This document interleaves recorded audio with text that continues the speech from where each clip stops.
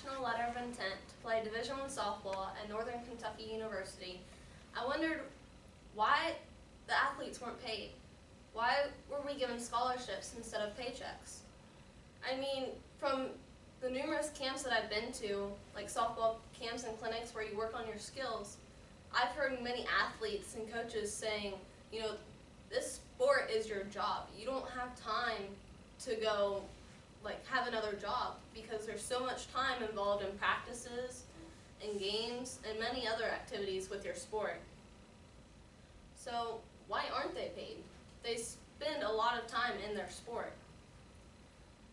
As I looked further into this topic, I realized that many people were against paying the athletes, and I was shocked. But as I looked further into it, I noticed that some, the smaller schools, they wouldn't be able to afford paying their athletes. They would have to use the tuition to raise that up in order to pay for the athletes. So, and also, some of those people are against it because the athletes would want to cheat the system as taking easier classes or skipping their classes or not even going to their classes, not studying. But in all reality, the education is your first priority, and then sports. So therefore, NCAA athletes should not be paid to play in college. As I discussed why people think that athletes should be paid and why they shouldn't be paid, I hope to make you think that athletes should not be paid in college. So some believe that athletes bring in money for the colleges and they put their bodies on the line and they work hard. And they believe that because one of the biggest points for paying college athletes is the fact that they are the ones going out, winning the games, and putting their bodies on the line. It is not the college, the sponsors, or even the promoters that are performing and risking themselves to provide a high-quality product, according to Business Insider. Also, the NCAA and other marketers, they capitalize on the wins and on the players' statuses to make money. So they would make things like merchandise and apparel promoting those athletes, and they would make money from it. You may be surprised, but not all schools have athletes that pull in money.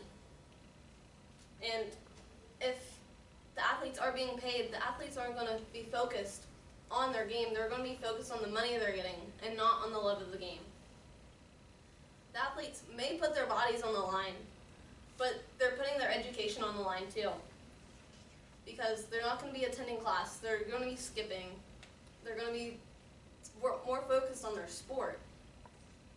And with hectic schedules for practice and actual games, their study might be affected, according to Green Garage. And smaller schools could be burdened because they don't have the financial support that the bigger schools do. And this could create a greater gap between the divisions, like D1 and D3. And to compete with the bigger schools, the smaller schools will have to raise their tuition rates just to be able to compete with those schools and be able to get the athletes that they need. So in conclusion, I've discussed how people believe that the athletes should be paid and how they put their body on they put their body on the line, but they're also putting their education on the line. And how athletes bring in the money, but that's only for bigger schools, not the smaller schools. So imagine if tuition rates were raised, and it was for the students who play the sports, it was for the students who are skipping class, and it was for the students who are more focused on their sport than their education. College is for an education, right? So it's not just focused on sports. Why would you pay just for someone to play their sport and skip class? Does that sound like a good idea to you?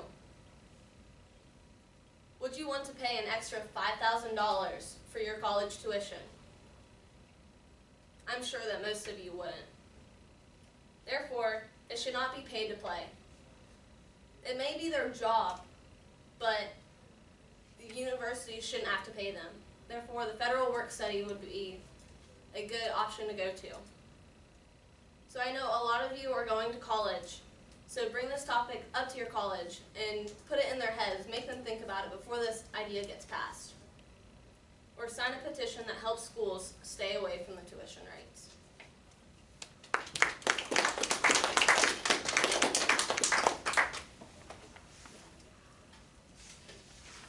So don't these, like you have an intended major, do you not? Yeah. Okay, so if these people were to skip classes and not okay, I'm trying to figure out. If they were to skip classes, wouldn't they have to end up spending more time in college and paying more money? Yeah, like for mine, I'm doing engineering technology, and I'm also going to be minoring in sports business. And with sports business, I also have to do an internship. So I'm probably going to be doing 4 years and part of a 5th year at least, just so I can get that internship in. And I'll probably have to extend my classes, like not have as many classes of what some people do, just because of practice. So, like, what about the people that are, like, that go into college before they go to, like, if baseball, like, the majors? Like, what if they know they're going to do that?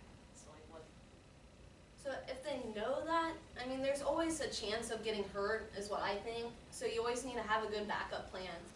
Because if someone, like, tears the muscle in the back of their shoulder, has Tommy John's, they're not going to be able to play as much or as good as they once were. So they need a backup plan just in case. Can you describe like how the federal work study would like work with the athletes? It's like a federally paid program. So the university would have the athletes file under them as workers, and then the federal work study program will pay the university and then pay the athletes. Matt? Are they actually like thinking about paying athletes, or? They've had votes on it. Like this was actually a recent topic, and it was just declined because of the smaller schools and things. So some people are still fighting for it, but most likely it's looking like it's going to be declined still. Like you mentioned, Emily, what would the athletes actually be getting paid for, like by the work study program? Like, what are they going to do to get paid? Just like playing their sport is how they would get paid. Like I believe it was like $1,000 to $2,000 during the summer and $3,000 to $4,000 during the school year. And this is a thing already, or it hasn't started yet? It hasn't started yet, but like for some of the colleges, like it might not be sports, but like there's some other things that the colleges could do, and that they file under the federal work study program. Like how would they pay them? Like would they do it by minutes, like played, or like do the people on the bench still get paid just as much, or? I would think so. I think it would kind of be equal, yeah. Elizabeth? I always thought a work study was like a job on campus, like working in the library or something. Yes, that would be the same thing, and then they would just add it on to sports. So it would be considered the same thing as working at the library. Allison?